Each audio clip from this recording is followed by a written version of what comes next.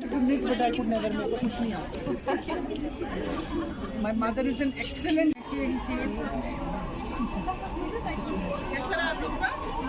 किसका full size है double size ना डिपेंडिंग छोटे साइज बट ये पहनते निकल तो नहीं आते हैं उसको क्या बात करता हूं मैं यू खुद बनाया अरे look at match video good really nice बहुत प्यारी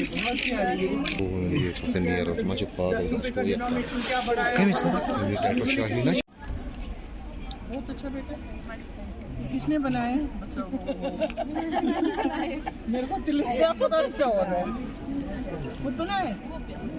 ये पहना है बेटा हमें बड़ा होता है एम्ब्रॉयडरी है क्या शर्ट है थ्री पीस है ये एम्ब्रॉयडरी अच्छा सूट है पूरा वेरी नाइस इसका क्या है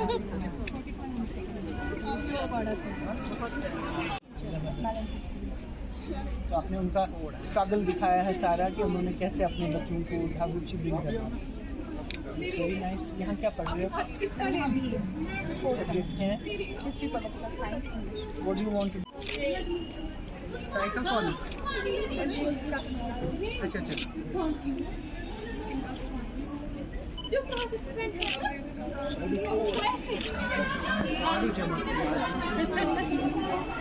बिल्कुल इंटरनेशनल वुमेन्स डे तो 8 मार्च को हर साल मनाते हैं बट ये है कि सिंबॉलिकली हमको ये दिन तो ज़रूरी है मनाना लेकिन ये आपने बहुत सही कहा अगर जेके में हम देखेंगे तो डोमेस्टिक वायलेंस ऑन राइज है और चीज़ें भी जो हैं हीनस क्राइम्स भी देखेंगे लेकिन हमारी कोशिश यही रहेगी हमारी लड़कियां पढ़ें उनमें हम अवेयरनेस फैलाएं legal rights responsibilities responsible social productive individuals उनको बनाएं but at the same time हम ये भी देखें कि हम लड़कियों को एम्पावर कैसे करें एम्पावर का मतलब ये नहीं है कि कोई लड़ाई है और हम बाहर निकल रहे हैं कि हम कहेंगे बट इक्वालिटी एंड इक्विटी अगर एक लड़की घर में है उसका रोल डिसीजन मेकिंग में भी होना चाहिए उससे भी माँ बाप पूछने चाहिए किस तरीका मकान बनाएं कौन से पर्दे लगाएं उसका हर मतलब जो घर में मेजर डिसीजंस होता है उसमें वो पार्टिसिपेट करनी चाहिए और एजुकेशन सबसे इम्पोर्टेंट है और एजुकेशन के साथ एम्पावरमेंट खुद ब खुद आ जाती है कॉन्फिडेंस आती है लड़कियों में और फाइनेंशियल इंडिपेंडेंस चाहे वो घर से बाहर ना निकले घर में कोई काम करें आप देखिए टेक्नोलॉजी ड्रिवन है आज का डिजी ऑल टेक्नोलॉजी एंड इन्वेंशन है इनोवेशन है आज का थीम इंटरनेशनल वुमेन्स डे का तो ऑनलाइन आप देखिए लड़कियों ने ऑनलाइन स्टोर्स क्रिएट किए हैं और ऑनलाइन अपना मतलब यूनिट स्टार्ट किए हैं सो दैट उनको फाइनेंशियली हेल्प हो जाए और कल को घर की जरूरियात में वो भी मदद कर सके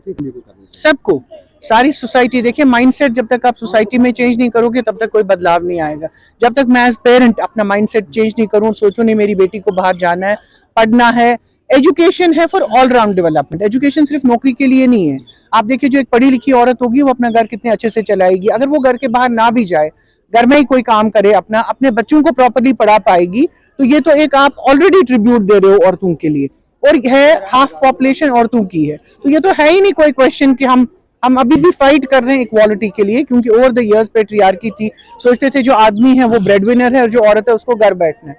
घर बैठने में कोई प्रॉब्लम नहीं है क्योंकि घर का काम जो है एज अ होम मेकर मैं अपने घर का सारा काम खुद करती हूँ और बाहर नौकरी भी करती हूँ तो ऐसा थोड़ी है कि लड़की जब बाहर निकल जाएगी वो घर इग्नोर करेगी प्रोफेशनल लाइफ को भी चलाएगी और पर्सनल लाइफ को भी चलाएगी क्वालिटी ऑफ लाइफ इंप्रूव हो जाएगी और अपने बच्चों को आगे तरक्की करने के लिए हेल्प करेगी मेरी तरफ से यही मैसेज होगी कि हमको उस जेंडर बायस से बाहर निकलना चाहिए चाहे अल्लाह ने ऊपर वाले ने किसी को लड़की दी है किसी को लड़का दिया है फैमिली कंप्लीट होके बच्चों को आला तालीम देनी है